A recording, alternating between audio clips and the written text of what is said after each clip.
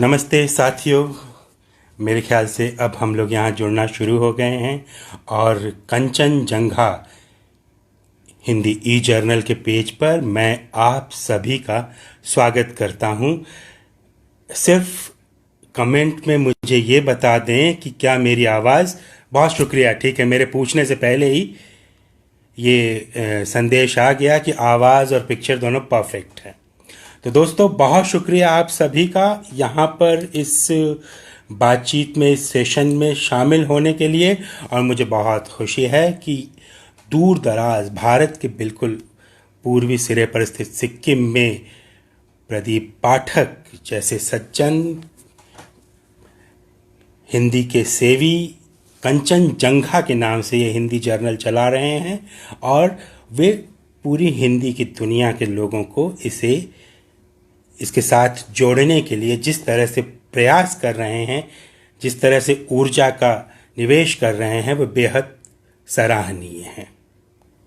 तो आज इस सेशन में, इस बातचीत में थोड़ी सी मैं अपनी रचना प्रक्रिया पे बात करूंगा, ज़्यादा नहीं, क्योंकि मैं उस स्कूल का स्टूडेंट हूं जो ये मानता है कि रचना प्रक्रिया जैसी कोई चीज़ पूर्ण रूप से सत्य हो नहीं पाती है, क्योंकि रचना प्रक्रिया कोई स्टैटिक चीज़ तो है नहीं। नमस्कार अमृता जी, आपका स्वागत है यहाँ पर। मुझे बहुत अच्छा लगा आपको यहाँ देख करके। तो मैं ये कह रहा था कि रचना प्रक्रिया जैसी किसी चीज़ की पूर्णतः सत्यता में मेरा विश्वास नहीं हो पाता, क्योंकि ये कोई स्टैटिक चीज़ है नहीं कि हमेशा एक जैसी स्थिर बनी रहे। रचना प्रक्रिया हर रचना के हिसाब से बदलती रहती है। हम कभी भी एक प्रक्रिया के तहत अपनी सारी रचनाओं को गेज नहीं कर सकते, उन्हें बांध नहीं सकते हैं। जैसी आपकी रचना होगी वैसी आपकी प्रक्रिया होगी, जैसी आपकी मनोदशा, मानसिकता होगी वैसी आपकी रचना होगी, वैसी ही फिर प्रक्रिया भी उसी हिसाब से बदल जाएगी। तो ये डायनामिक है, चीज़ों के आसपास बदलती रहती है। लेकिन फिर भी कुछ चीज़ें ऐसी होती हैं, कुछ टोटके ऐसे होते हैं, कुछ बौद्धिक किस्म के एमुलेट्स होते हैं जो लेखक, कलाकार हमेशा अपने साथ में बांध करके रखते हैं, अपने साथ चला करके रखते हैं।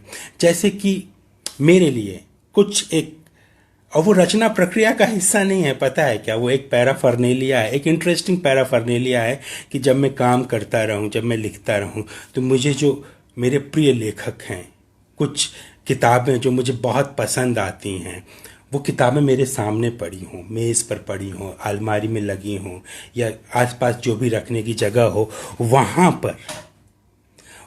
पर किताब वो हो, जो किताब मुझे पसंद है, जो लेखक मुझे पसंद है, या जिस लेखक को देख करके मुझे प्रेरणा मिलती है, जिस लेखक को पढ़ करके प्रेरणा मिलती है।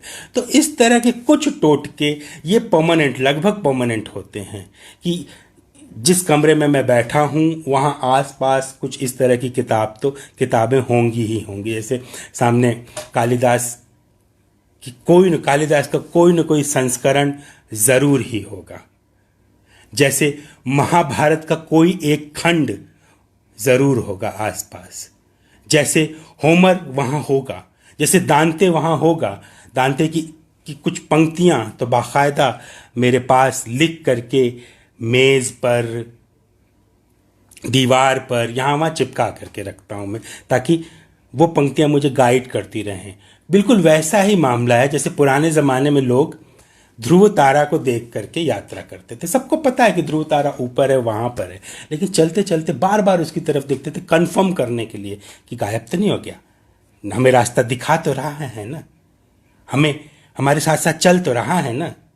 ये जो कन्फर्मेशन, ये जो एक असर्शन अपने भीतर चाहिए होता है, एक भोला कन्फर्मेशन, वो पोएट्स के लिए बहुत इम्पॉर्टेंट होता है, वो उनके भीतर चलता रहता है। तो ये एक पैराफर्नेलिया। दूसरी चीज़ ये कि मुझे चीज़ों को अंडे की तरह सेने में कहीं कुछ ज़्यादा आनंद आता है। इसको आप मेरा आलस भी कह सकते हैं, मेरी असमर्थता भी कह सकते हैं, लेकिन मैं चीज़ों को बहुत धीमी रफ्तार में करने का आदी हूँ। बहुत गति से, बहुत रफ्तार से मैं न लिख पाता हूँ और न ही अपने लिखे हुए को बाहर ला पाता हूँ। धीमी रफ्तार। कई बार ऐसा होता है कि 10 पंक्ति की कविता है, लेकिन उस पर पूरे 1 साल तक अलग अलग एंगल से काम चलता रहता है। एक ही कविता कई बार इतने अलग अलग ड्राफ्ट्स में होती है कि फाइनली मुझे भी कंफ्यूजन हो जाता है कि वो फाइनल ड्राफ्ट, अगर वो किताब में नहीं आई है तो फाइनल ड्राफ्ट मैंने कौन सा वाला रखा था। इतने सारे ड्राफ्ट्स हो जाते हैं।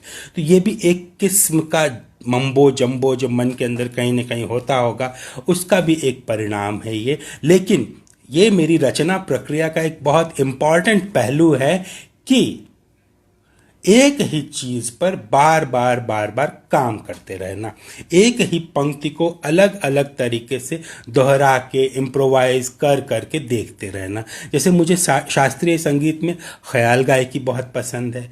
ख्याल गायकी में एक बहुत बड़ी बड़ी बड़ी मानिफेस्ट जो चीज़ होती है वो होती है एक ही सुर को आप रिपीट कर रहे होते हो, शफल मोड में, रिपीट मोड में जैसे चला रहे हो। एक ही जगह पे आप बार बार आ रहे होते हो। उस सम तक पहुंचने के लिए, कविता के भीतर उस सम तक पहुंचने के लिए मैं बार बार उसी एक ही गलियारे से गुजरता हूँ। संगीत मेरे लिए बहुत ज़रूरी है।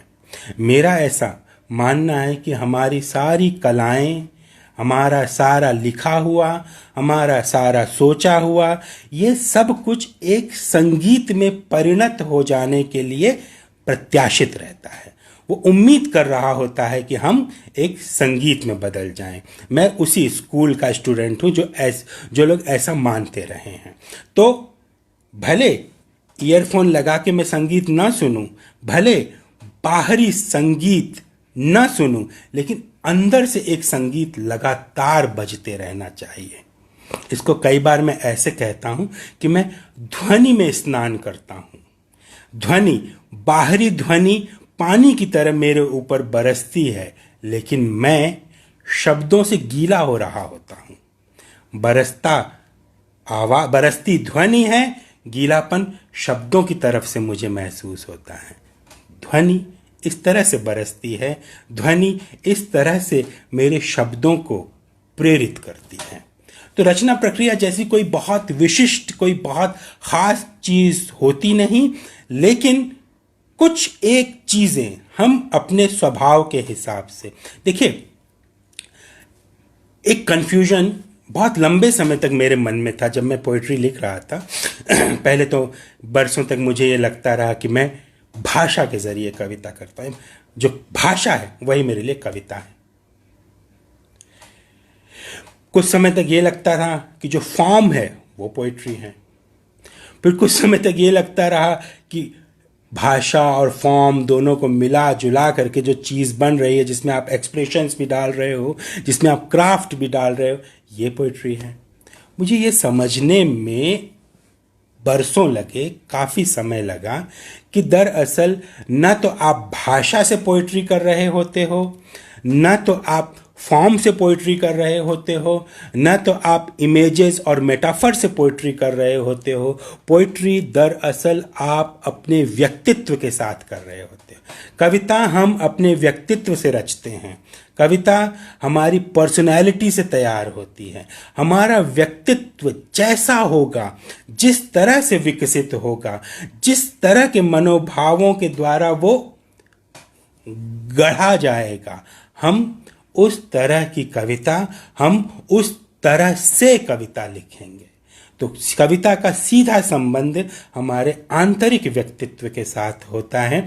और हम एक कवि का जो अधिकतम निवेश होता है, तो कहने का अर्थ यह है कि पोइट्री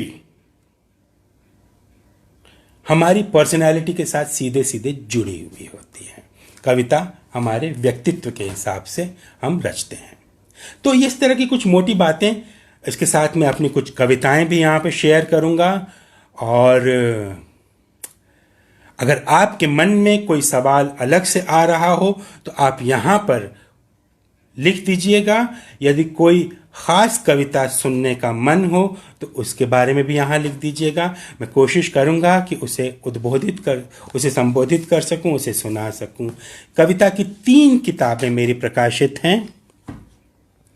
पहली किताब आलाप में गिरह, जो कि 2010 में आई थी। इसमें 1995-96 से लेकर के 2009 तक की कविताएं संकलित हैं और सिर्फ 72 कविताएं हैं। बहुत ज़्यादा कविताएं मैंने लिखी नहीं इतने वर्षों में, लेकिन उनमें से चुनिंदा कविताएं इसमें शामिल की थी। तो पहली कविता नीम का पौधा।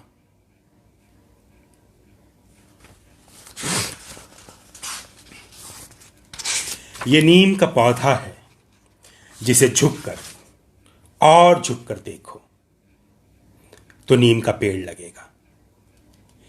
ये नीम का पौधा है जिसे झुककर और झुककर देखो तो नीम का पेड़ लगेगा। और झुको थोड़ा और, मिट्टी की देह बन जाओ, तुम इसकी छां महसूस कर सकोगे। इसे एक छोटी बच्ची ने पानी दे दे के सींचा है। इसकी हरी पत्तियों में वो कड़वाहट है जो जुबान को मीठे का महत्व समझाती है। जिन लोगों को ऊंचाई से डर लगता है वे आएं और इसकी लघुता से साहस पाएं। जिन लोगों को ऊंचाई से डर लगता है वे आएं और इसकी लघुता से साहस पाएं। धन्यवाद। एक और कविता इसी संग्रह से है, बेहद पुरानी कविता, 1997-98 की लिखी हुई कविता है लगभग ये। बुरी लड़कियां अच्छी लड़कियां, मीटलोफ के संगीत के लिए। मीटलोफ एक हैवी मेटल रॉक बैंड हुआ करता था, अभी भी होता है, पश्चिम में रॉक संगीत बजाते थे वो।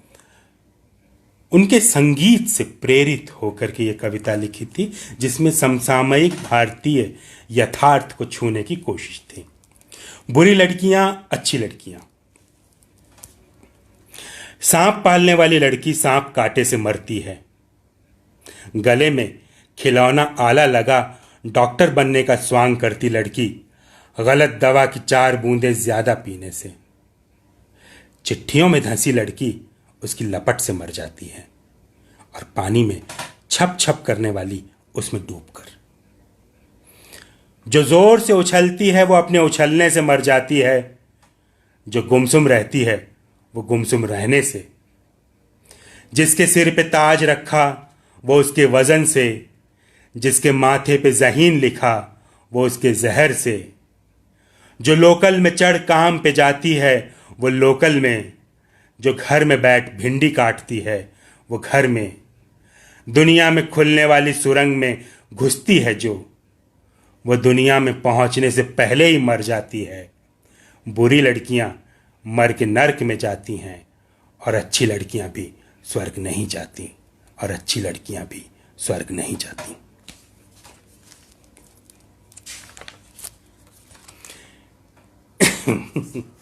शुक्रिया। यहीं पे एक और कविता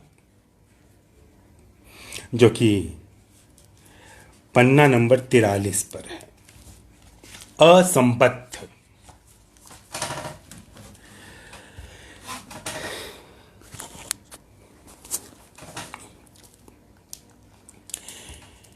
कितनी ही पीड़ाएं हैं जिनके लिए कोई ध्वनि नहीं।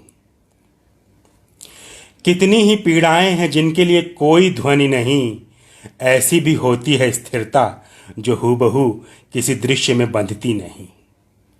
ओस से निकलती है सुबह, मन को गीला करने की जिम्मेदारी उस पे है।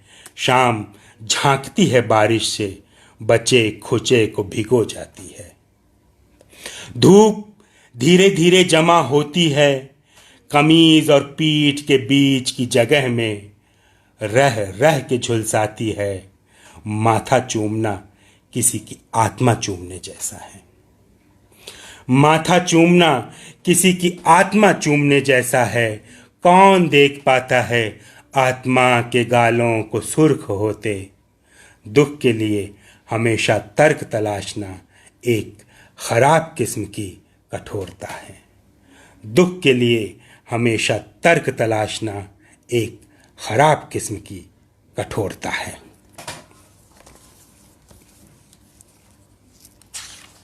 शुक्रिया। आप लोग अपनी तरफ से जो है कुछ कहते रहेंगे। छोटी कविता है, छोटी सी एक कविता, कान बंद। कबीर कहते थे, मैं कहता हूँ आंखन देखी, तू कहता है कागज लेखी। हमारे समय में आंखों का देखा हुआ इतना भ्रमित करता है, इतना कंफ्यूज करता है लोगों को कि आंखन देखी पे भी भरोसा नहीं कर सकते आप। Media, channel, cinema, TV, social media, आपकी आंखों के सामने इस तरह से चीज़ें चल रही होती हैं कि सच और झूठ में फर्क कर पाना बड़ा मुश्किल होता है। तो आंखन देखी, आंखन देखी पे भरोसा अब के ज़माने में बहुत मुश्किल है। छोटी सी एक कविता है, ये भी बहुत पुरानी, कान बंद। कितना अच्छा है मेरे कान बंद हैं, कितना अच्छा है मेरे कान बंद हैं। आसपास जो भी बुरा है मैं उसे सुन नहीं सकता। जो कुछ भी अच्छा है उसे सूंघ के जान लूंगा। नाक अभी तक खुली हुई है। कितना अच्छा है मेरे कान बंद हैं। आसपास जो भी बुरा है मैं उसे सुन नहीं सकता। जो कुछ भी अच्छा है उसे सूंघ के जान लूंगा। नाक अभी तक खुली हुई है। मैं आंखों पे विश्वास नहीं करता। आंखें सिर्फ फिल्म देखती हैं, आंखें सिर्फ फिल्म देखती हैं।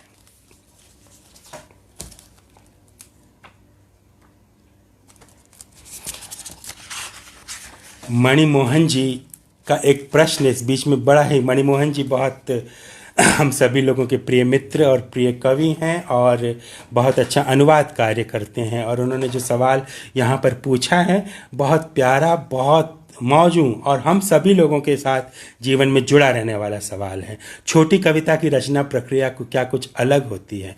बिल्कुल नहीं पता होता। मैं अपने हिसाब से कहूँ तो कई बार मुझे ये बिल्कुल नहीं पता होता कि कविता जिस पर मैं काम कर रहा हूँ, जिस अनुभूति और जिन पंक्तियों पर मैं काम कर रहा हूँ, वो बड़ी बनेगी कि छोटी बनेगी।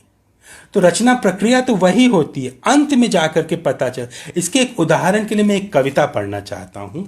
इसी के उदाहरण के लिए, हालांकि उस उदाहरण से मेरा जवाब क्लियर नहीं होगा, लेकिन ये एक पर्सनल इंटीग्रिटी मेरी ये हो जाती है इसमें कि एक ऐसी कविता थी जिस पर मैं बहुत अलग अलग उदाहरणों के साथ, अलग अलग एक्सप्रेशंस के साथ, अलग अलग पंक्तियां उसमें डालकर काम करना चाहता था। लेकिन जब उसने एक फाइनल स्वरूप लिया तो सारे उदाहरण पीछे रह गए। रचना प्रक्रिया वही थी, समय उतना ही लगा, इन्वेस्टमेंट उतना ही लगा, चिंतन भी उतना ही लगा लगभग, लेकिन कविता बहुत छोटी सी बनी, छोटी सी निकली। यह है खुशियों के गुप्तचर, जो मेरी नई किताब है, तीसरा कविता संग्रह, उसकी पहली ही कविता है। 4 वचन, और ये 4 वचन 3 अलग अलग हिस्सों में आए। पहले मैंने क्या किया था कि लगभग ये 150 या 200 पंक्तियों की कविता बनी थी, लंबी कविता। मैं अलग अलग थीम्स, अलग अलग एग्जाम्पल्स लेकर के आ रहा था। लेकिन जब मैंने ये पाया कि आप सिर्फ रिपीट कर रहे हैं, एक एग्जाम्पल को क्लियर कर रहे हैं। कई बार ऐसा होता है कि कवि अपनी कविता के भीतर अपनी ही पंक्तियों की व्याख्या करने लगता है। मेरी नज़र में मेरा ऐसा मानना है कि कवि अपनी पंक्ति लिख दे, उसकी व्याख्या वो खुद मत करे, किसी दूसरे को करने दे। पाठक अपने आप कर लेगा, इतना पाठक पे भरोसा हमको होना चाहिए। तो एक बुरी आदत के तहत मैं उस कविता में न केवल पंक्ति लिख रहा था, बल्कि अगली पंक्तियों में उस एक्सप्रेशन को व्याख्यायित करने की कोशिश कर रहा था। उसको सबको मैंने हटा दिया और बनी तो वो छोटी सी 4 पंक्तियों की कविता बनी थी, जिसका शीर्षक है 4 वचन। खिलाई गई रोटी और दिए गए चुंबन, कभी गिने नहीं जाते। अब इसी एक पंक्ति को व्याख्यायित किया जा सकता है। बिल्कुल मणिमोहन जी, आपने बिल्कुल, मतलब मुझे खुशी हुई कि हमारी सोच यहाँ पर साझा है। बिल्कुल मेरा भी यही मानना है। तो मैं ये कहना चाह रहा हूँ मेरे दोस्तों कि इस एक पंक्ति को मैं कविता में व्याख्यायित भी कर सकता हूँ, इसी के साथ 10-12 और पंक्तियाँ जोड़ सकता हूँ, लेकिन वो मेरी नज़र में सिर्फ रिपीटेशन होगा। तो मैंने अपने कवि के लिए एक ऐसी आदत, एक ऐसा गलियारा बनाया है कि मैं उन सारी पंक्तियों को 12 पंक्तियों के स्थान पर क्या एक पंक्ति में काम चला सकता हूँ। तो वो ऐसे बनती है। खिलाई गई रोटी और दिए गए चुंबन कभी गिने नहीं जाते, पोंछे गए आंसू और चुराई गई नसीहतें बताई नहीं जाती। खिलाई गई रोटी व दिए गए चुंबन कभी गिने नहीं जाते, पोंछे गए आंसू और चुराई गई नसीहतें बताई नहीं जाती। भीगी हुई आत्मा को धूप में टांग के सुखाया नहीं जाता। जिया हुआ प्रेम और सुना गया संगीत लौट के जरूर आते हैं। जिया हुआ प्रेम और सुना गया संगीत लौट के जरूर आते हैं।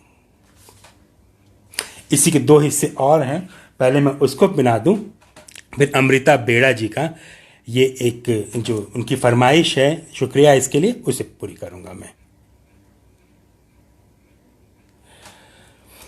कुछ वादे कभी पूरे नहीं होंगे ये जान के भी कर दिए जाते हैं। कुछ पतों का कोई ठिकाना नहीं होता फिर भी उन्हें खोजा जाता है। कुछ वादे कभी पूरे नहीं होंगे ये जान के भी कर दिए जाते हैं। कुछ पतों का कोई ठिकाना नहीं होता फिर भी उन्हें खोजा जाता है। जैसे पहाड़ी के पीछे मोहब्बत की नदी है और नींद के पीछे सपनों का झरना है। जैसे पहाड़ी के पीछे मोहब्बत की नदी है और नींद के पीछे सपनों का झरना है। तुम बहेलियों के बुतों पे फूल मत चढ़ाया करो। तुम बहेलियों के बुतों पे फूल मत चढ़ाया करो, इससे चिड़ियों के पंख में दर्द बढ़ता है। माना कि समय बहरा है किसी की नहीं सुनता, लेकिन वो अंधा नहीं है देखता सबको है। लेकिन वो अंधा नहीं है देखता सबको है। प्रीति यादव जी ने अभी यहाँ पर एक बहुत ही ज़रूरी किस्म का सवाल पूछा कि क्या रचना प्रक्रिया का अर्थ अपनी रचना में बनावटीपन पैदा करना तो नहीं है। तो बनावटी जैसा एक शब्द रचना के साथ जोड़ना कोई बहुत सुभीते की बात या कोई बहुत समझदारी की बात इसलिए नहीं होगी, क्योंकि जब भी हम किसी भी किस्म की कला की रचना करते हैं तो रचना में बनने की प्रक्रिया होती है।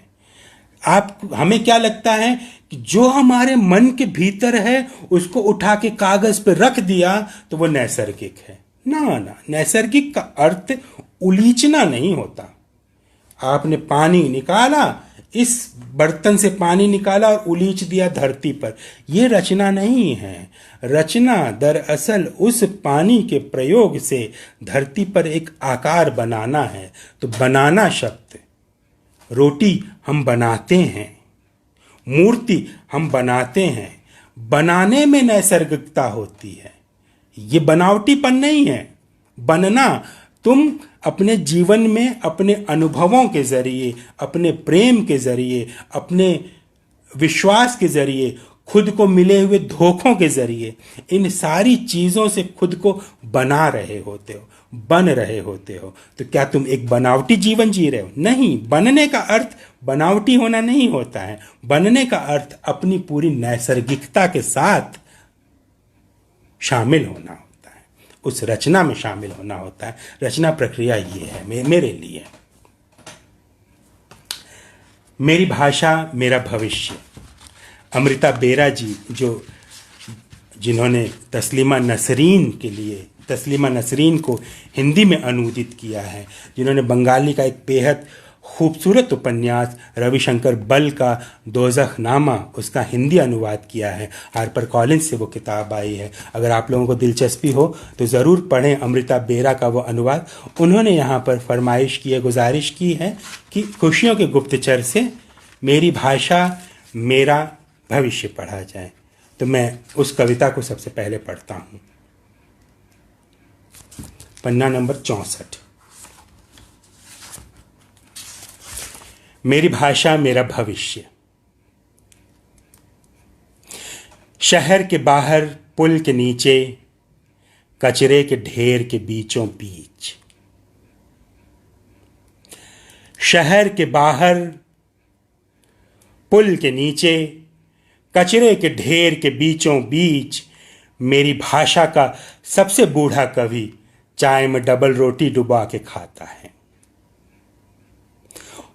उसने अफजाल से भी पहले शायरी ईजाद की थी। अफजाल पाकिस्तान के एक बेहद मकबूल कवि शायर हैं, जिन्होंने एक कालजयी कविता लिखी, शायरी मैंने ईजाद की। तो उस कविता का रेफरेंस है यहाँ पर। उसने अफजाल से भी पहले शायरी ईजाद की थी। सारे देवता जूं बन के उसकी दाढ़ी में रहते हैं, उसके शरीर पे जितने बाल हैं वे उसकी अनलिखी कविताएं हैं। वह उंगलियों से हवा में शब्द उकेरता है। इस तरह हर रात अपने अतीत को एक चिट्ठी लिखता है, जो लिफाफा खोजने से पहले ही खो जाती है। मरने से पहले एक बार, कम से कम एक बार, उस औरत का सही नाम और चेहरा याद करना चाहता है, जो किसी ज़माने में उसकी कविताओं की किताब अपने तकिए के नीचे दबा के सोती थी। मरने से पहले एक बार, कम से कम एक बार, उस औरत का सही नाम और चेहरा याद करना चाहता है, जो किसी ज़माने में उसकी कविताओं की किताब अपने तकिए के नीचे दबा के सोती थी। धन्यवाद अमृता जी इस मांग के लिए। जुगेश मुकेश गुप्ता जी का प्रश्न है, सर आपके लेखन पर पाश्चात्य का प्रभाव है? जी हाँ, मेरे लेखन पर पूरब का भी प्रभाव है, पश्चिम का भी प्रभाव है, उत्तर का भी प्रभाव है, दक्षिण का भी प्रभाव है। मैं मैदान में खड़ा हुआ एक पेड़ हूँ, एक कवि के रूप में, एक लेखक के रूप में मैदान में खड़ा एक पेड़ हूँ, जिसे उसके चारों तरफ से आने वाली हवा प्रभावित करती है। मैं मैदान में खड़ा वो पेड़ हूँ जैसे ऊपर का पानी, ऊपर से गिरने वाला पानी भी प्रभावित करता है और ज़मीन के नीचे से खींचा हुआ पानी भी पोषित करता है। तो इसलिए हाँ, मुझ पर हर तरह का प्रभाव है। मुझ पर संस्कृत पोइट्री का भी प्रभाव है, तो मुझ पर स्पेनिश पोइट्री का भी प्रभाव है। मुझ पर पाली के पूरे विचारों का प्रभाव, पाली जो पुरानी प्राचीन भारतीय भाषा, उस भाषा में की गई रचनाओं का प्रभाव है। तो जी हाँ, इटालियन में लिखी गई रचनाओं का भी प्रभाव है। मैं जापानी कविता से भी उतना ही प्रेम करता हूँ जितना मराठी कविता से प्रेम करता हूँ, जितना हिंदी कविता से प्रेम करता हूँ। तो मुझे मेरे प्रिय कवियों की सूची, मेरे प्रिय पुरखे मेरे देश में भी हैं, मेरी भाषा में भी हैं और परदेश में भी हैं, दूसरी भाषाओं में भी हैं।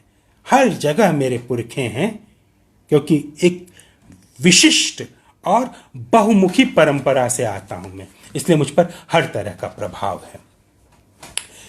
यहां बीच में एक मित्र ने, हमारे एक मित्र संभवतः मनोज जी ने कहा कि निविद कविता का पाठ भी किया जाए।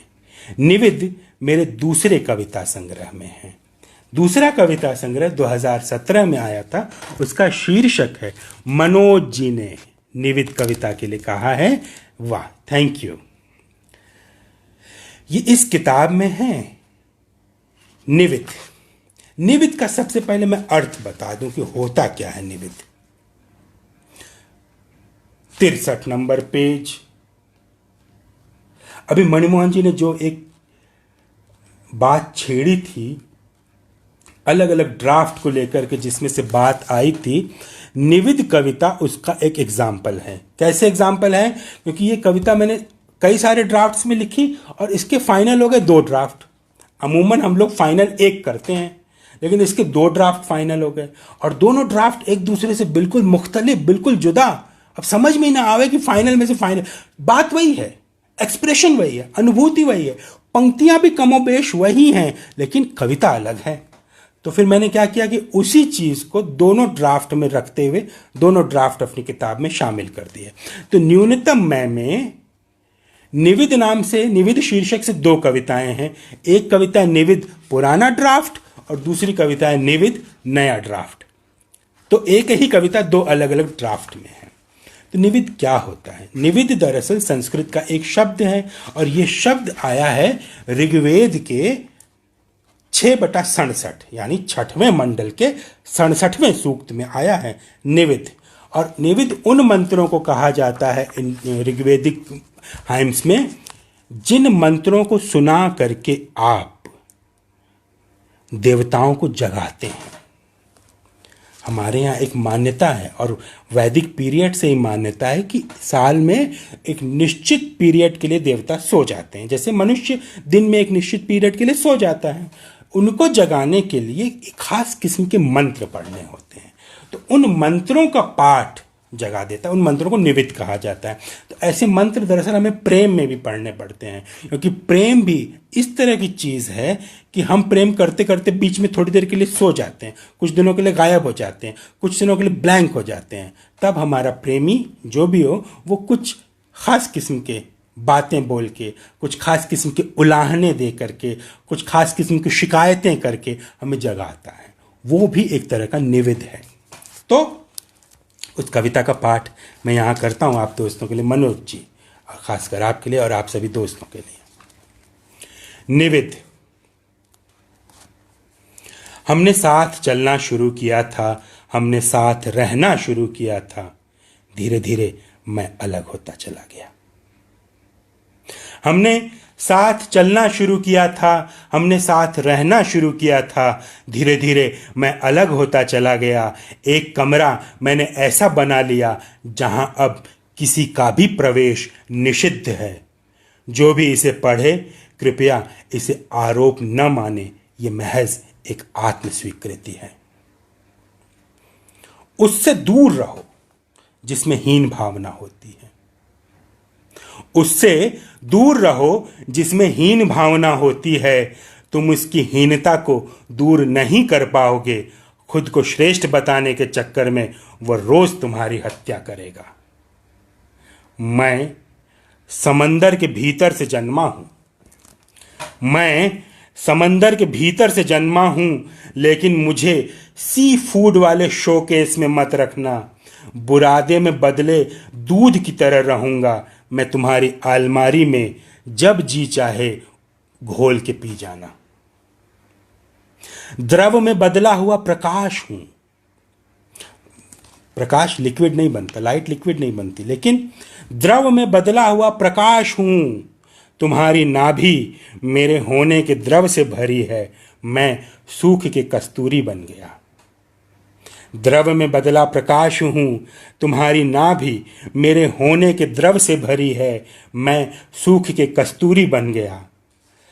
सांस की धुन पे गाती है मेरी आत्मा। मेरा हृदय घड़ी है और स्पंदन तुम्हारे प्रेम की टिक टॉक। सांस की धुन पे गाती है आत्मा। मेरा हृदय घड़ी है, स्पंदन तुम्हारे प्रेम की टिक टॉक। तुम्हारे बालों की सबसे उलझी लट हूं। जितना खिंचूंगा उतना दुखूंगा। इस देश के भीतर वो देश हूं जो हजारों साल पहले खो गया। इस देह के भीतर वो देह हूं जो हर अस्थि हर कास्थि को खा गया। तुम्हारे बालों की सबसे उलझी लट हूं। जितना खिंचूंगा उतना दुखूंगा। इस देश के भीतर वो देश हूं जो हजारों साल पहले खो गया। इस देह के भीतर वो देह हूं जो हर अस्थि हर कास्थि को खा गया। तुम जागती हो, निविद जागता है। सोचो, तुम जागती हो, निविद जागता है। तुम दोनों के साथ सारे देव जागते हैं। मैं रात भर चूमता रहा तुम्हारी पलकों को अपनी नींद के होठों से। मैं रात भर चूमता रहा तुम्हारी पलकों को अपनी नींद के होठों से। रात भर तुम्हारी हथेली पे रेखता रहा। सिलवटों से भरा है तुम्हारी आंख का पानी, फेंके गए सारे कंकड़ अब वापस लेता हूं। सिलवटों से भरा है तुम्हारी आंख का पानी, फेंके गए सारे कंकड़ अब वापस लेता हूं। शुक्रिया इस कविता को कहने के लिए। मैं पानी पी लूं, एक सेकंड।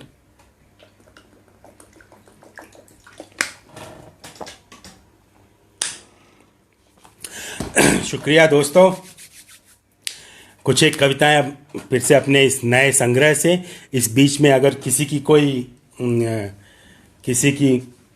किसी साथी, किसी मित्र की कोई अलग से मांग हो, किसी खास कविता को सुनने का मन हो, तो यहाँ लिख दें, क्योंकि इस पिछली कविता को पढ़ते समय कमेंट्स पर मेरी नज़र नहीं थी, वो ऊपर चले गए। तो मैं ये कविता इस बीच में पढ़ता हूँ। खुशियों के गुप्तचर से। कुछ साथी बार बार पूछते हैं किताब कहाँ मिलेगी। बहुत सिंपल सी बात है, सारी किताबें मेरी amazon.com पर उपलब्ध हैं। आप वहाँ जाएं और वहाँ एक बार मेरा नाम लिखें, सर्च करें तो किताब मिल जाएगी। इसी तरह किसी की भी किताब खोजी जा सकती है। मतलब मैं सिर्फ अपने बारे में नहीं बोल रहा हूँ, किसी की भी किताब इस तरह से खोजी जा सकती है। तो खुशियों के गुप्तचर खासकर जाएं अमेज़ॉन पर। अगर आप अभी तक आपने नहीं पढ़ी है तो इसे ज़रूर पढ़ें। आप न केवल पढ़ें बल्कि लोगों को बताएं भी। कर दी मैंने मार्केटिंग। खैर, हंसी मजाक एक तरफ, इस संग्रह से कुछ कविताएं।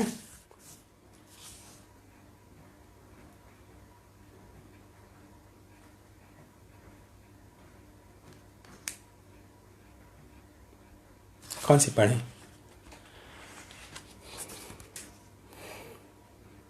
सामूहिक आत्मकथा पढ़ें? नहीं, ये पढ़ते हैं, छोटी छोटी कविताएं पढ़ते हैं, छोटी छोटी। ये दुनिया अब भी रहने लायक है।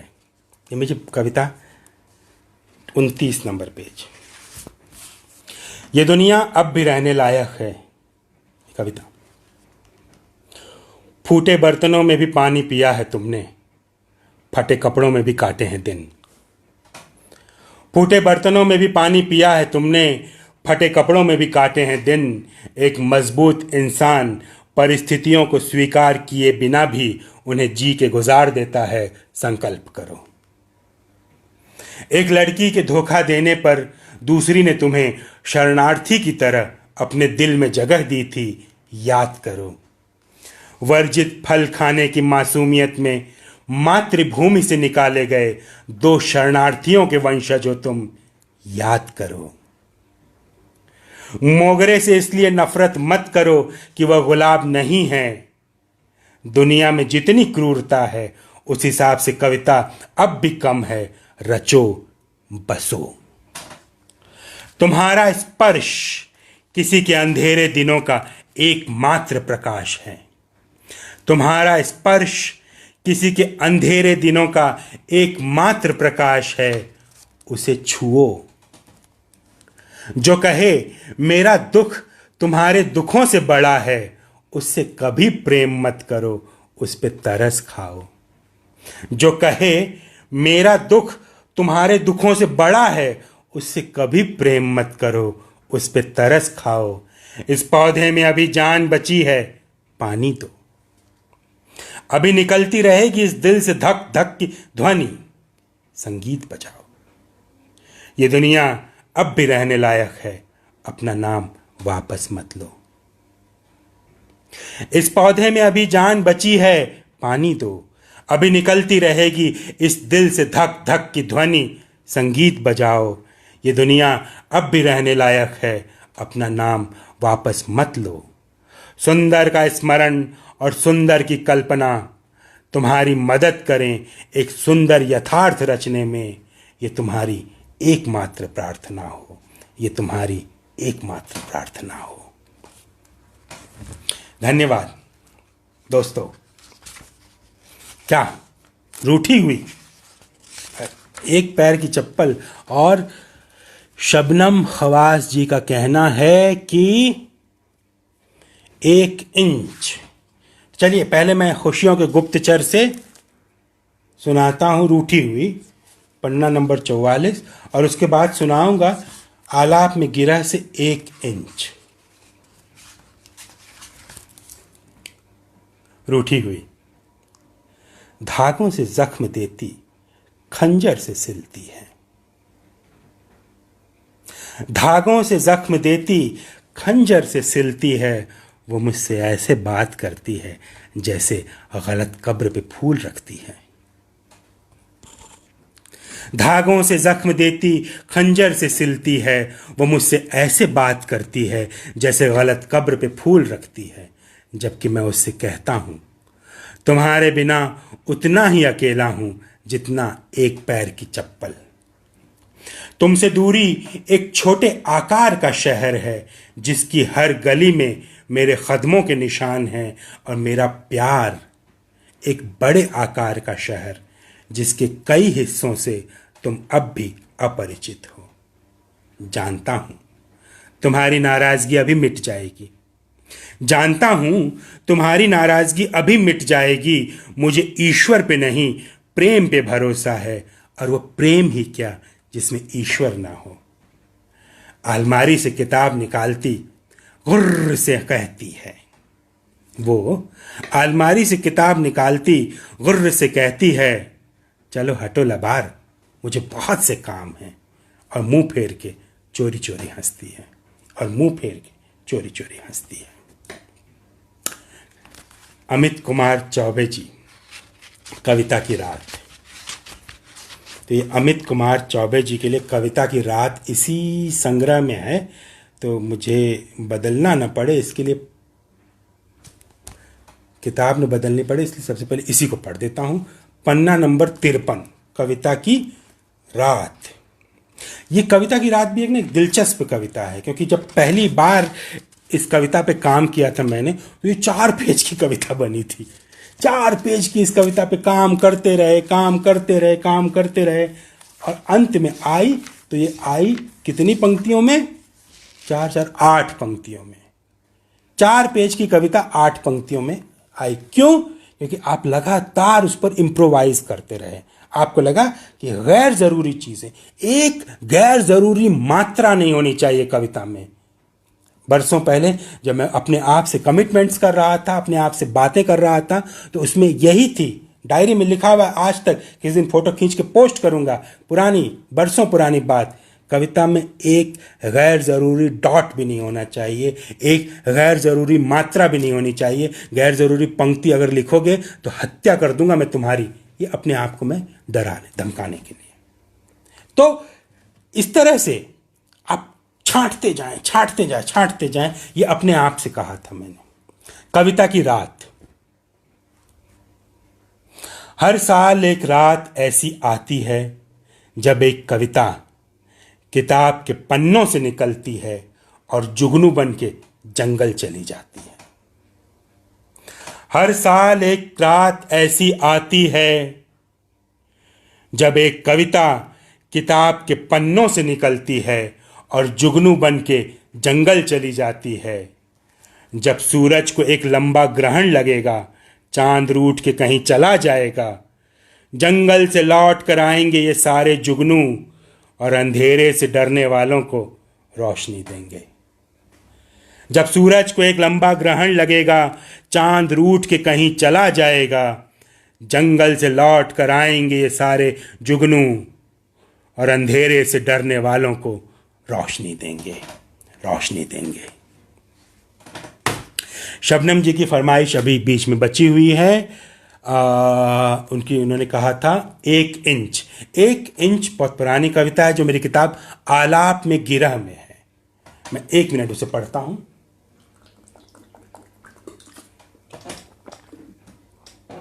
1 इंच। पोस्टमैन जुगेश मुकेश गुप्ता जी कह रहे हैं पोस्टमैन कविता। ठीक है, वो कविता भी मैं पढ़ूंगा। पोस्टमैन। पोस्टमैन कविता से जुड़ी हुई एक छोटी सी कहानी है, वो कहानी भी आप सभी के साथ साझा करूंगा। 1 इंच 129 नंबर पेज, आलाप में गिरा। छोटी सी कविता है, 4 2 6 3 9 पंक्तियों की छोटी सी कविता है ये। 1 इंच। कोई एक नाम जरूर होगा इस पेड़ का। मेरे लिए पेड़ सिर्फ एक पेड़ है, फूल सिर्फ एक फूल।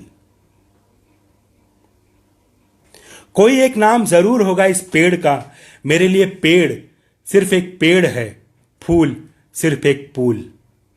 रास्ते ने ओढ़ रखी है झरते फूलों की चादर।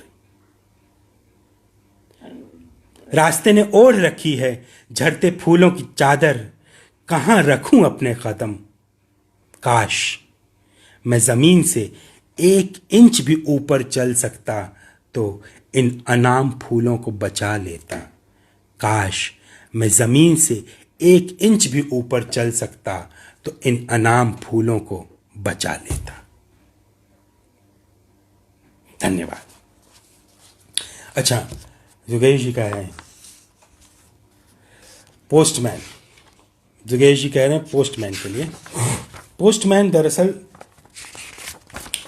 कहानी, वो कह रहे हैं कि पोस्टमैन कहा क्योंकि उसे पढ़ते समय किसी कहानी का आभास लगता है। मैंने उसके साथ में एक फुटनोट भी लगाया है उस कविता के साथ पोस्टमैन में, जिसमें इस बात का जिक्र है कि ये पूरी की पूरी एक कहानी है।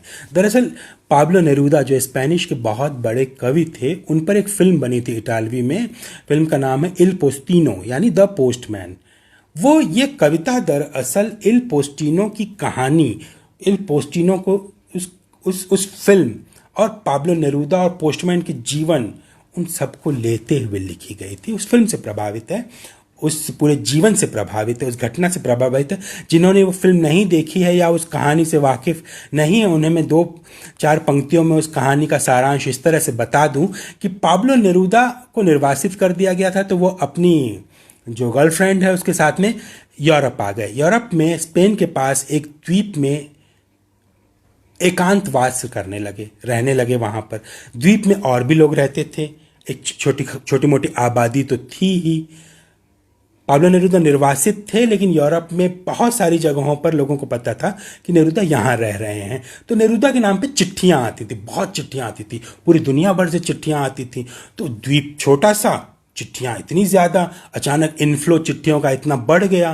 नेरूदा के घर चिट्ठियाँ पहुँचाने के लिए बोरियां भर भर के पोस्टमैन को ले जाना पड़ता था। तो पोस्टल डिपार्टमेंट ने क्या किया, उसी गांव के एक व्यक्ति को पोस्टमैन के रूप में नियुक्त कर दिया कि तुम्हारी ड्यूटी सिर्फ इतनी है, तुम और किसी को चिट्ठी बांटने नहीं जाओगे, पोस्ट ऑफिस आओ, नेरूदा की सारी चिट्ठियाँ बोरी में, झोले में, जैसे भी बांधनी है बांधो और ले जा करके महाकवि को उनकी चिट्ठियाँ डिलीवर कर दो।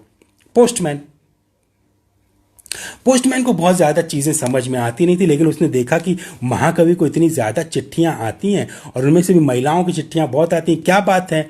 तो पता चला कि वो कविता लिखते हैं, मेटाफोरिकल कविता, मेटाफर्स लिखते हैं।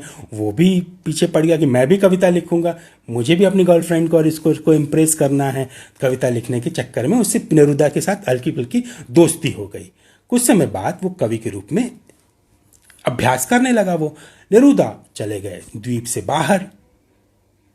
अब जब नेरूदा चले गए हैं द्वीप से बाहर, कहीं किसी दूसरे देश, किसी दूसरी जगह, वापस चिले, मैक्सिको लौट गए हैं, तो यहां से इस द्वीप से हमारा पोस्टमैन बैठ के उनको चिट्ठियां लिखा करता था। लेकिन नेरूदा ने कभी एक भी चिट्ठी का जवाब उसकी नहीं दिया। और एक दिन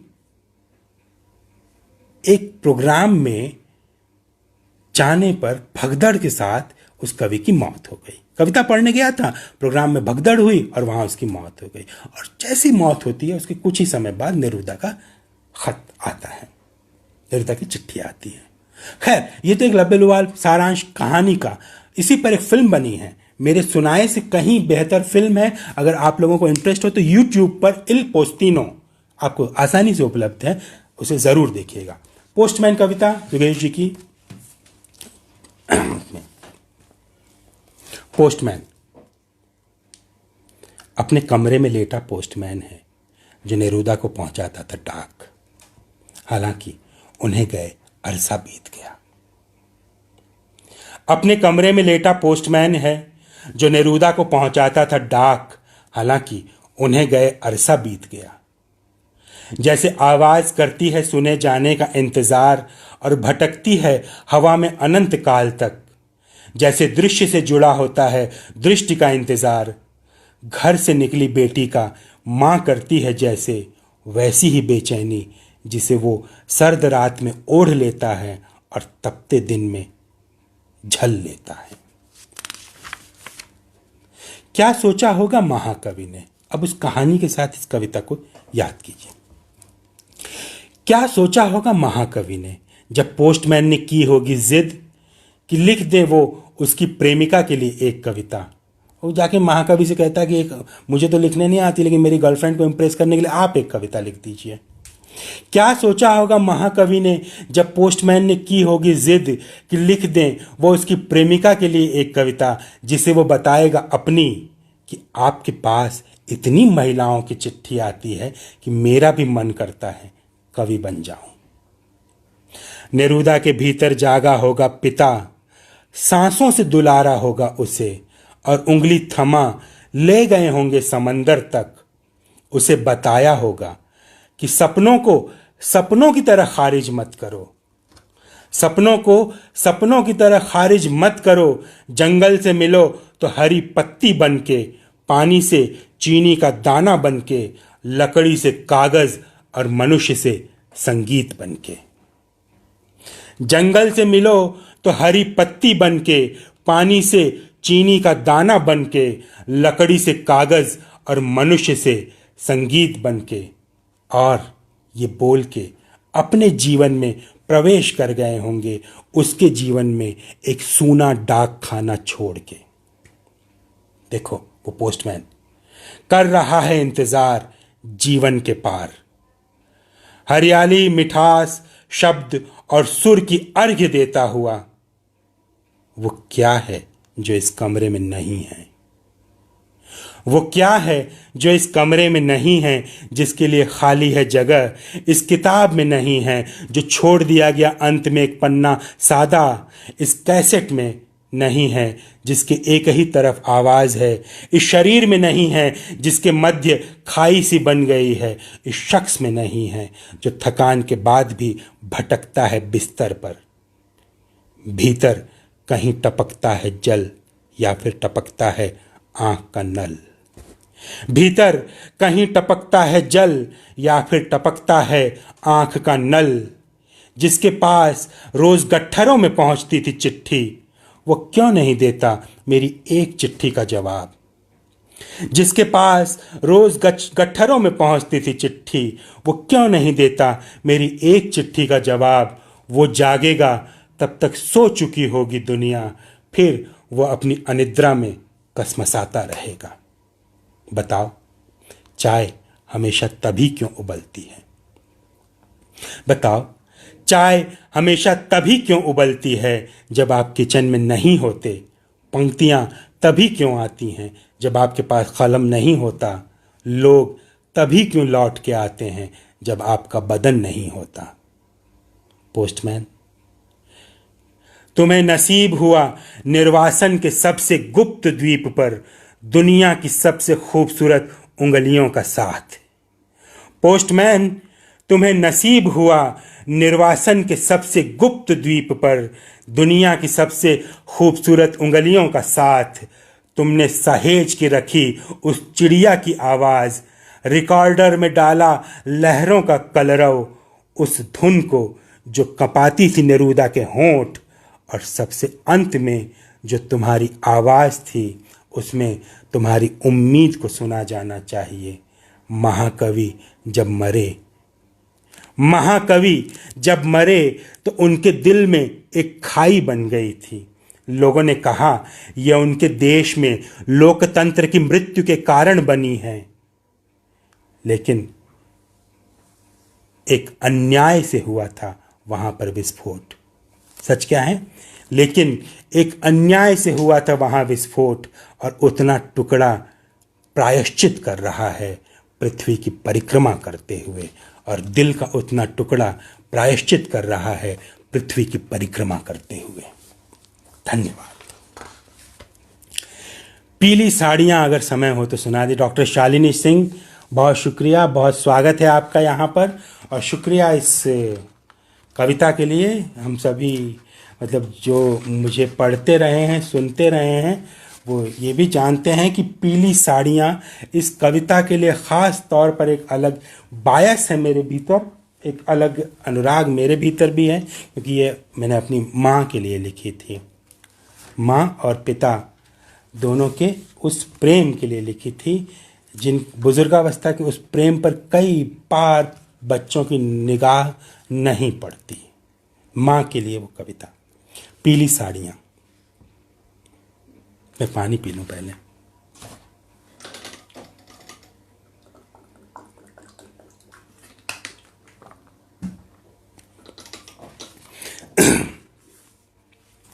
पीली साड़ियाँ। हर शाम मेरी माँ बहुत अच्छे से सजती है। हर शाम मेरी माँ बहुत अच्छे से सजती है, महज एक पुरानी क्रीम और चुटकी भर टैल्कम पाउडर की मदद से।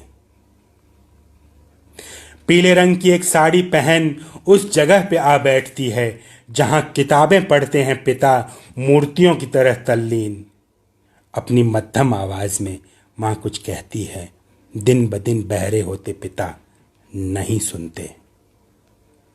माँ बुदबुदाती है, जब कान थे तब भी नहीं सुना, अब क्या सुनेंगे पके नींबुओं जैसी इस उम्र में। माँ बुदबुदाती है, जब कान थे तब भी नहीं सुना, अब क्या सुनेंगे पके नींबुओं जैसी इस उम्र में। उनका ध्यान खींचने के लिए चोरी से स्टील का एक गिलास गिरा देती है वो टेबल से। सिर उठा के देखते हैं पिता, उनकी आंखें चमक जाती हैं। आधी सदी बीत चुकी है शाम के इस कारोबार में। यही हो रहा है आधी सदी से। ये कह रहे हैं कि सिर उठा देखते हैं पिता, उनकी आंखें चमक जाती हैं। आधी सदी बीत चुकी है शाम के इस कारोबार में। पीला ऊर्जा और सुहाग का रंग है, तुम पे बहुत फपता है। पीला ऊर्जा और सुहाग का रंग है, तुम पे बहुत फपता है, कहते हैं वो अपनी सुनहरी दलीलों की ओट में मुस्कुराते हुए। जबकि मैं जानता हूं जिन जगहों से आए हैं पिता, वहां दूर दूर तक फैले होते थे सरसों के पीले खेत। जबकि मैं जानता हूं जिन जगहों से आए हैं पिता, वहां दूर दूर तक फैले होते थे सरसों के पीले खेत। जब आंचल लहराती है मेरी माँ, लहरों से भर जाता है पीले रंग का एक समुद्र। शाम की वह सूरजमुखी शांति। मेरी माँ ने ताउम्र महज पीली साड़ियाँ पहनी, ताकि हर शाम अपने बचपन में लौट सकें मेरे पिता। मेरी माँ ने ताउम्र महज पीली साड़ियाँ पहनी, ताकि हर शाम अपने बचपन में लौट सकें मेरे पिता। धन्यवाद। बी आकाश राव, धन्यवाद आपका। आपकी फरमाइश है दूध के दांत कविता सुनाने के लिए। शुक्रिया।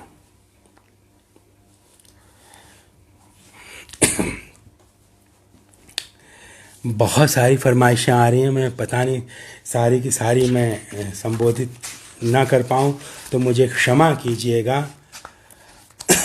और धड़ाधड़ ऊपर जा रही हैं, कमेंट जैसे ऊपर जाता है जितनी गति से, जितनी स्पीड से। दूध के दांत, 16 नंबर पेज।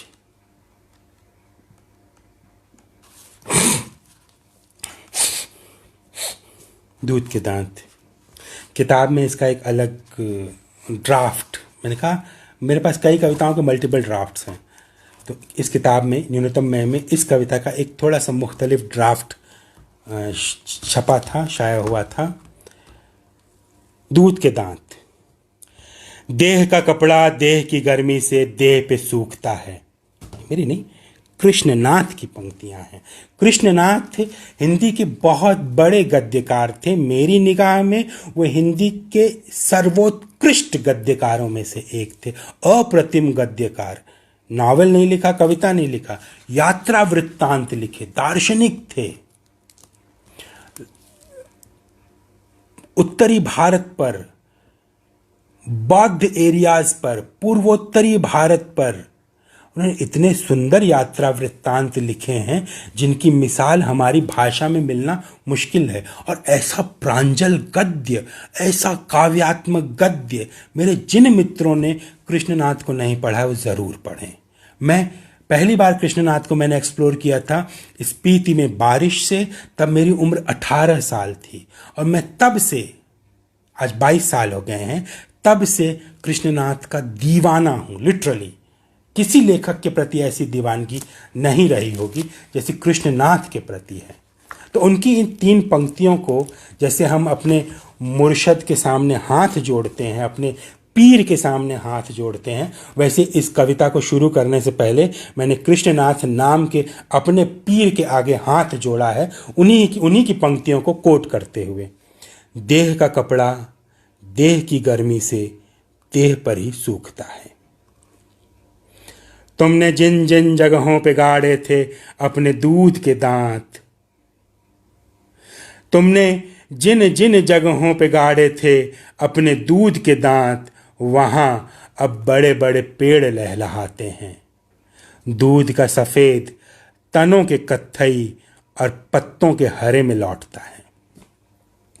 दूध का सफ़ेद तनों के कत्थई और पत्तों के हरे में लौटता है। जैसे लौट के आता है कर्मा, जैसे लौट के आता है प्रेम, जैसे विस्मृति में भी लौट के आती है कहीं सुनी गई कोई धुन। बचपन की मासूमियत बुढ़ापे के सन्निपात में लौट के आती है। भीतर किसी खोह में छुपी रहती है, तमाम मौन के बाद भी लौट आने को तत्पर रहती है हिंसा। लोगों का मन खोल के देखने की सुविधा मिले तो हर कोई विश्वासघाती निकले। लोगों का मन खोल के देखने की सुविधा मिले तो हर कोई विश्वासघाती निकले। सच तो ये है कि अनुवाद में वफादारी कहीं ज़्यादा आसान है। किसी गूढ़ार्थ के अनुवाद में बेवफाई हो जाए तो नक चढ़ी कविता नाता नहीं तोड़ लेती। तुम्हारे भीतर पुरखों जैसी शांति है, तुम्हारे भीतर पुरखों जैसी शांति है। समकालीनों जैसा भय लताओं की तरह चढ़ता है अफसोस। तुम्हारे बदन पर अधपके अमरूद पेड़ से झरते हैं। तुम्हें तैरना नहीं आता, तुम्हें तैरना नहीं आता। स्विमिंग पूल के किनारे खड़े होके अगर तुम ये सोचोगे कि कूदूं या न कूदूं तो तुम ताउम्र कूद नहीं पाओगे। या तो तैरने की इच्छा छोड़ दो, या कगार पे खड़े होके सोचना छोड़ दो, या उस व्यक्ति पे भरोसा करो जो धोखे से तुम्हें धक्का मार दे। या तो तैरने की इच्छा छोड़ दो, या कगार पे खड़े होके सोचना छोड़ दो, या उस व्यक्ति पे भरोसा करो जो धोखे से तुम्हें धक्का मार दे। क्योंकि कुछ धोखे भरोसे लायक होते हैं, कुछ धोखे भरोसे लायक होते हैं, कुछ धोखे भरोसे लायक होते हैं। धन्यवाद दोस्तों। अमित कुमार चौबे जी, आपका बहुत शुक्रिया। आपका कमेंट यहाँ पर आया हुआ है बुरी लड़कियाँ अच्छी लड़कियाँ के लिए। मैंने थोड़ी देर पहले बुरी लड़कियाँ अच्छी लड़कियाँ का पाठ यहाँ पर किया था। शुरुआत में कुछ मित्रों ने उसे सुना था। मैं उसके साथ यहाँ पर एक अलग किस्म की एक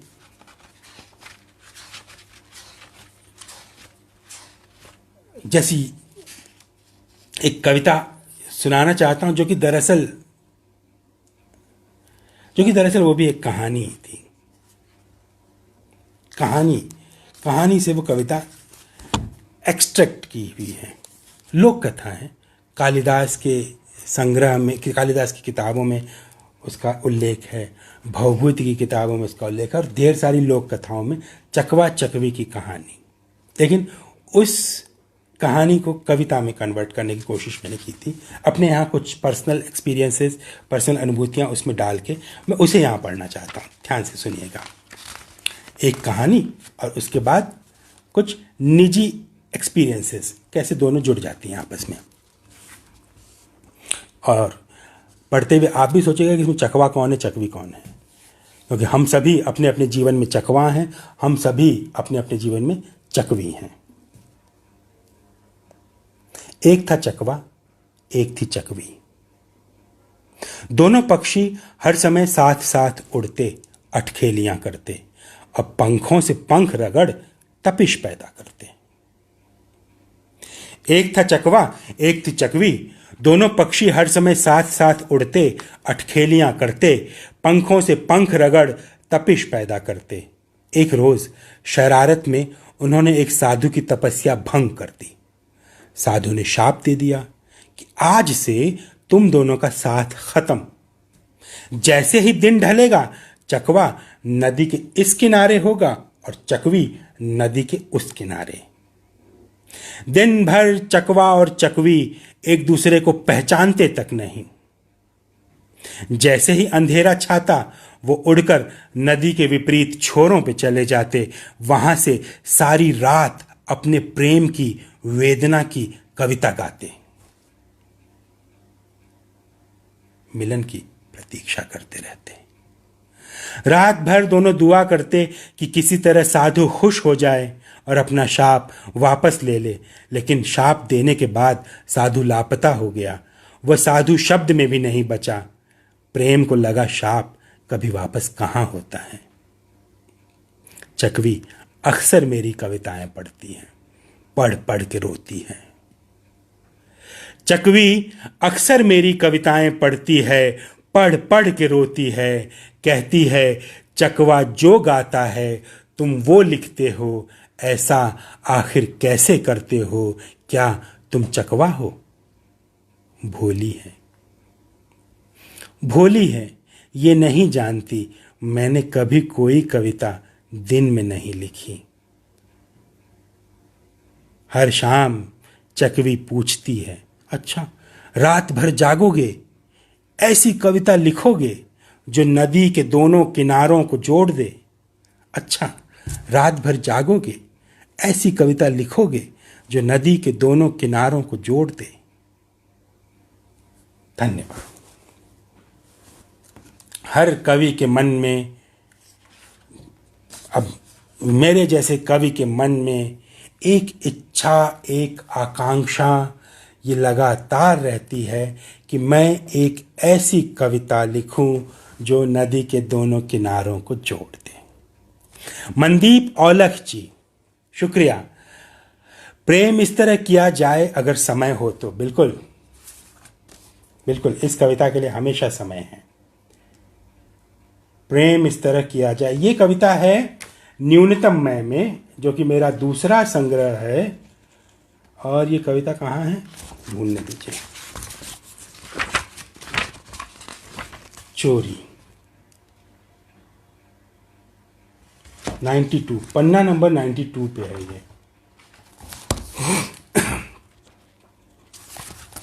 काफी समय भी हो रहा है। चोरी, शीर्षक है चोरी, है ना। नमस्कार गीति, प्रेम कविता का पाठ सुनने को आता है। अच्छा, प्रेम कविता, एक छोटी सी कविता, आलाप में गिरह। क्या संगम जी आप उसी की बात कर रही हैं जो आलाप में गिरह में है? 8 लाइनों की कविता, प्रेम कविता, इच्छा की फिक्र किए जाना। अगर हाँ तो उसे कंफर्म कर दीजिए। प्रेम कविता। प्रेम इस तरह किया जाए कि प्रेम शब्द का कभी जिक्र तक ना हो। प्रेम इस तरह किया जाए कि प्रेम शब्द का कभी जिक्र तक ना हो। चूमा इस तरह जाए कि होंठ हमेशा गफलत में रहें कि तुमने चूमा या मेरे ही निचले होंठ ने औचक ऊपरी होंठ को छू लिया। छुआ इस तरह जाए कि मीलों दूर तुम्हारी त्वचा पे हरे हरे सपने उग आए। संगम वर्मा जी, आपने इसी कविता की बात की थी। ये कविता मैं पढ़ रहा हूं, प्रेम कविता। ये मनदीप जी ने भी और आपने भी यही कहा है, आप दोनों का शुक्रिया। प्रेम इस तरह किया जाए कि प्रेम शब्द का कभी जिक्र ना हो। चूमा इस तरह जाए कि होंठ हमेशा गफलत में रहें। तुमने चूमा या मेरे ही निचले होंठ ने औचक ऊपरी को छू लिया। छुआ इस तरह जाए कि मीलों दूर तुम्हारी त्वचा पे हरे हरे सपने उग आए। तुम्हारी देह के छज्जे के नीचे मुंह अंधेरे जलता रंग बजाएं। रहा इस तरह जाए कि नींद के भीतर एक मुस्कान तुम्हारे चेहरे पे रहे, जब तुम आंख खोलो वो भेस बदल ले। प्रेम इस तरह किया जाए कि दुनिया का कारोबार चलता रहे, किसी को खबर तक ना हो कि प्रेम हो गया, खुद तुम्हें भी पता न चले। प्रेम इस तरह किया जाए कि दुनिया का कारोबार चलता रहे, किसी को खबर तक ना हो कि प्रेम हो गया, खुद तुम्हें भी पता न चले। किसी को सुनाना अपने प्रेम की कहानी तो कोई यकीन तक न करे। बचना प्रेम कथाओं का किरदार बनने से, बचना प्रेम कथाओं का किरदार बनने से, वरना सब तुम्हारे प्रेम पे तरस खाएंगे। बचना प्रेम कथाओं का किरदार बनने से, वरना सब तुम्हारे प्रेम पे तरस खाएंगे, तरस खाएंगे। धन्यवाद दोस्तों।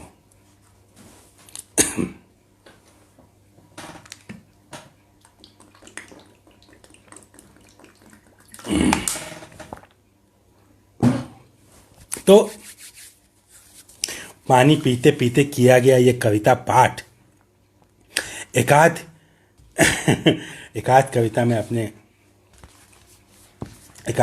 अपने मन से भी पढ़ दूं।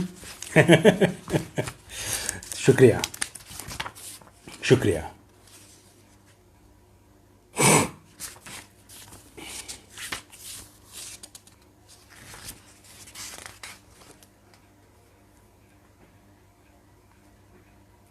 शुक्रिया आप सभी का इतने प्यारे प्यारे इतने सुंदर कमेंट्स के लिए। खाली हाथ। मैं अपने चेहरे पे चिड़िया के पंख और तुम्हारे चुंबन रख के मरना चाहता हूं। मैं अपने चेहरे पे चिड़िया के पंख और तुम्हारे चुंबन रख के मरना चाहता हूं। मरना चाहता हूं उन आघातों से जो दिल के उस हिस्से पे लगते रहे जिसका नक्शा मेरी देह के कागज से फट गया था। जो अदृश्य रहे उन नक्शों ने अक्सर सही जगह पहुंचाया, जो अनुपस्थित रहे जीवन से उनने ही दूर किया मेरा अकेलापन। अदृश्य व अनुपस्थित पर विश्वास करना हमेशा गलत नहीं होता। दृश्य व उपस्थित पे विश्वास करना भला कौन सा हमेशा सही होता है। कुछ लोग हर चीज को देख लेने की जिद करते हैं। वे यथार्थ की हवा को मुट्ठी में पकड़ लेते हैं, लेकिन यह भी एक नेमत है कि लिखने के लिए मुट्ठी खोलनी पड़ती है और पकड़ी हुई हवा उड़ के खो जाती है आज़ाद हवा में। कुछ लोग हर चीज को देख लेने की जिद करते हैं। वे यथार्थ की हवा को मुट्ठी में पकड़ लेते हैं, लेकिन यह भी एक नेमत है कि लिखने के लिए मुट्ठी खोलनी पड़ती है। पकड़ी हुई हवा मिल के खो जाती है आज़ाद हवा में। कुदरत है, किस्मत है कि शाप है। कुदरत है, किस्मत है कि शाप है। हम खाली हाथ मरते हैं और लिखते भी हैं तो खाली हाथ लिखते हैं। हम खाली हाथ मरते हैं और लिखते भी हैं तो खाली हाथ ही, लिखते भी हैं तो खाली हाथ ही। धन्यवाद।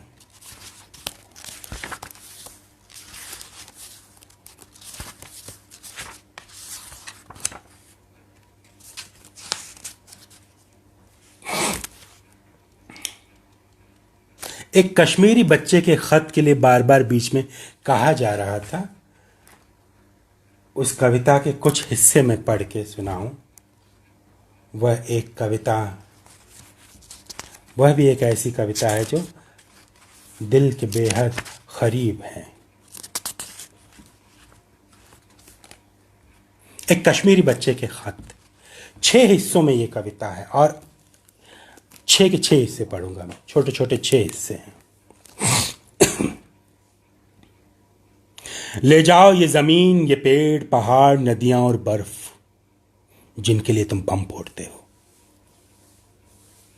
ले जाओ ये जमीन, पेड़, पहाड़, नदियां और बर्फ जिनके लिए तुम बम फोड़ते हो। ये सब कहीं न कहीं मिल जाएंगे मुझे, पिता फिर कहीं नहीं मिलेंगे।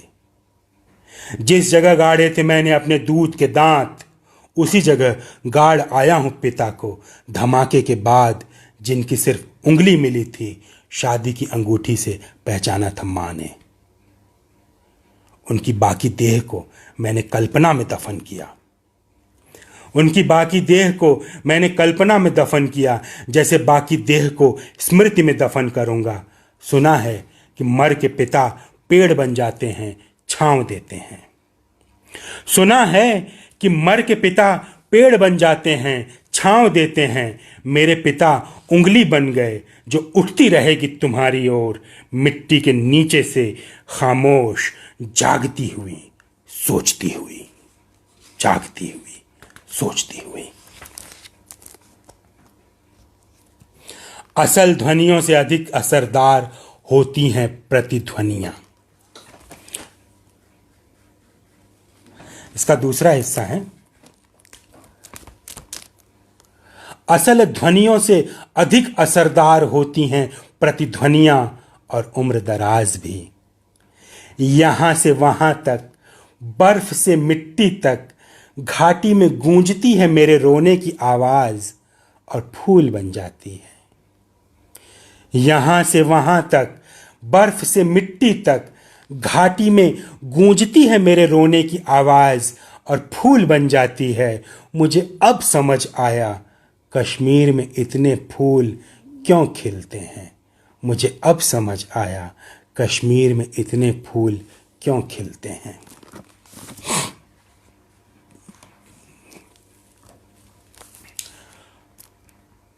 तुम कहते हो डल झील उत्तर में है, मैं कहता हूं दक्षिण में है। तुम कहते हो डल झील उत्तर में है, मैं कहता हूं दक्षिण में है। तुम में और मुझ में बस इतना ही अंतर है। मैं और तुम अलग मनुष्य हैं, लेकिन हमारी मनुष्यता एक है। मैं और तुम अलग मनुष्य, हमारी मनुष्यता किंतु एक है। अगर मेरी मनुष्यता का संहार करोगे तो तुम्हारी अपनी नकली कहलाएगी। अगर मेरी मनुष्यता का संहार करोगे तो तुम्हारी अपनी नकली कहलाएगी।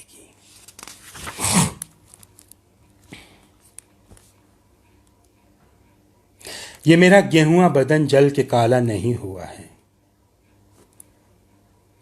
ये मेरा गेहुआ बदन जल के काला नहीं हुआ है, इस पे सत्य की परछाई पड़ गई है।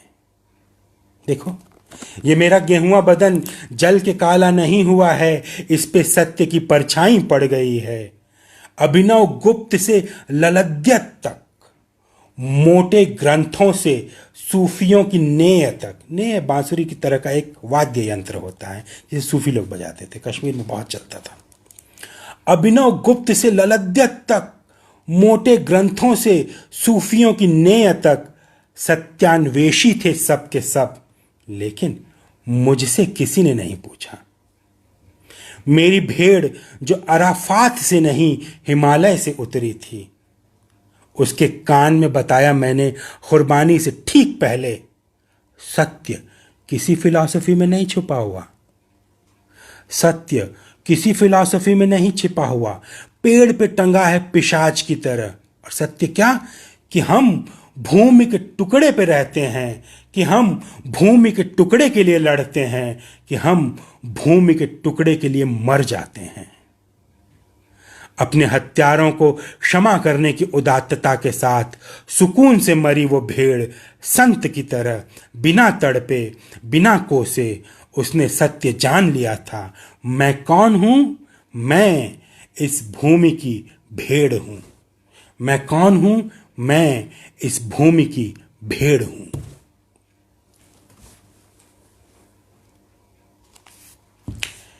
जिस वाक्य को बम से उड़ा दिया गया, मैं उसका अर्थ हूं। जिस वाक्य को बम से उड़ा दिया गया, मैं उसका अर्थ हूं। जिस आवाज पे बरसाई गई गोलियां, मैं उसका सर्वनाम हूं। डर से हल्ला करते दिल को चुप कराता कर्फ्यू का सायरन हूं। जिस वाक्य को बम से उड़ा दिया गया मैं उसका अर्थ हूं, जिस आवाज पे बरसाई गई गोलियां मैं उसका सर्वनाम हूं, डर से हल्ला करते दिल को चुप कराता कर्फ्यू का सायरन हूं, परिचित आवारा कुत्तों की तरह द्वार पे दुम हिलाती खामोशी हूं, बोलने से मिले जख्मों को चाटती हुई खामोशी, सियाह साए की तरह शनय शनय पसरती हुई खामोशी। जन्मा तो करोड़ों बच्चों की तरह मैं दुनिया के नाम लिखा गया एक प्रेम पत्र था। जब जन्मा तो करोड़ों बच्चों की तरह मैं दुनिया के नाम लिखा गया एक प्रेम पत्र था। जिया तो कागज की नाव बन के खून की नदी में बेकाबू बह रहा हूं। एक मनुष्य की तरह जी सकूं इस अनुमति के लिए मुझे किस दफ्तर में आवेदन करना चाहिए? एक मनुष्य की तरह जी सकूं इस अनुमति के लिए मुझे किस दफ्तर में आवेदन करना चाहिए? इसका छठवां और आखिरी हिस्सा सुनिएगा। मेरा जीवन मेरे ईश्वर व मेरी सरकार के लिए एक प्रयोगशाला है। देखिए, इस कविता का शीर्षक है एक कश्मीरी बच्चे के खत, लेकिन इसकी पंक्तियां सिर्फ कश्मीर में नहीं, अगर आप बिहार में रहते हैं तभी भी ये पंक्ति है, तमिलनाडु में रहते हैं तभी भी ये पंक्ति है, मैं भोपाल में रहता हूँ तभी भी ये पंक्ति है, हम सब के लिए है। क्या है वो पंक्ति? मेरा जीवन मेरे ईश्वर व मेरी सरकार के लिए एक प्रयोगशाला है। मेरा दिल एक ब्लैक होल है। मैं शर्मिंदा नहीं होता ये जान के कि मेरा अंधकार कितना गहरा है।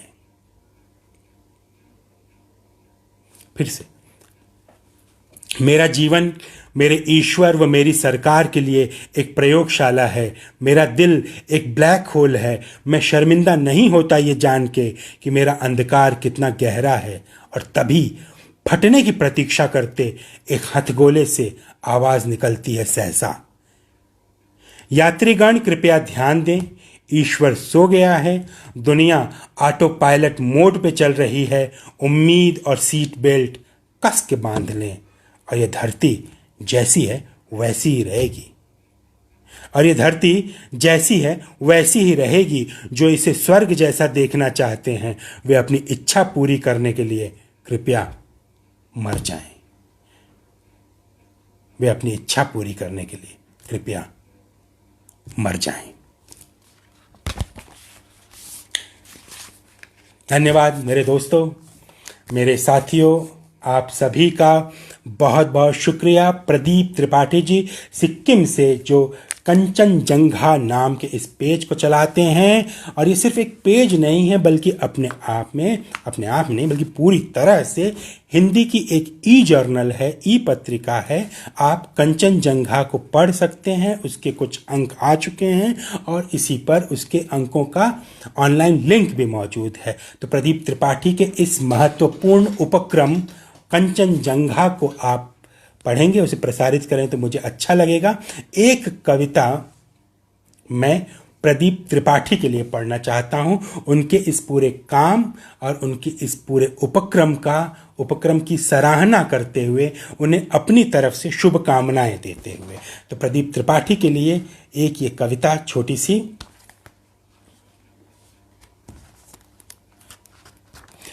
ये कविता है, 4 पंक्तियों की। मुश्किल समय।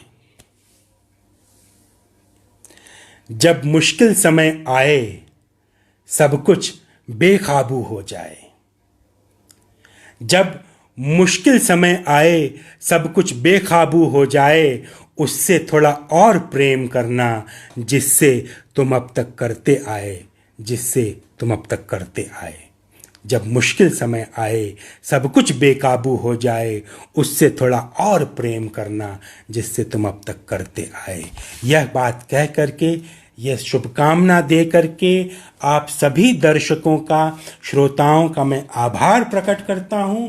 प्रदीप त्रिपाठी को शुभकामनाएं देता हूं, आप सभी को शुभकामनाएं देता हूं, कंचनजंघा को शुभकामनाएं देता हूं।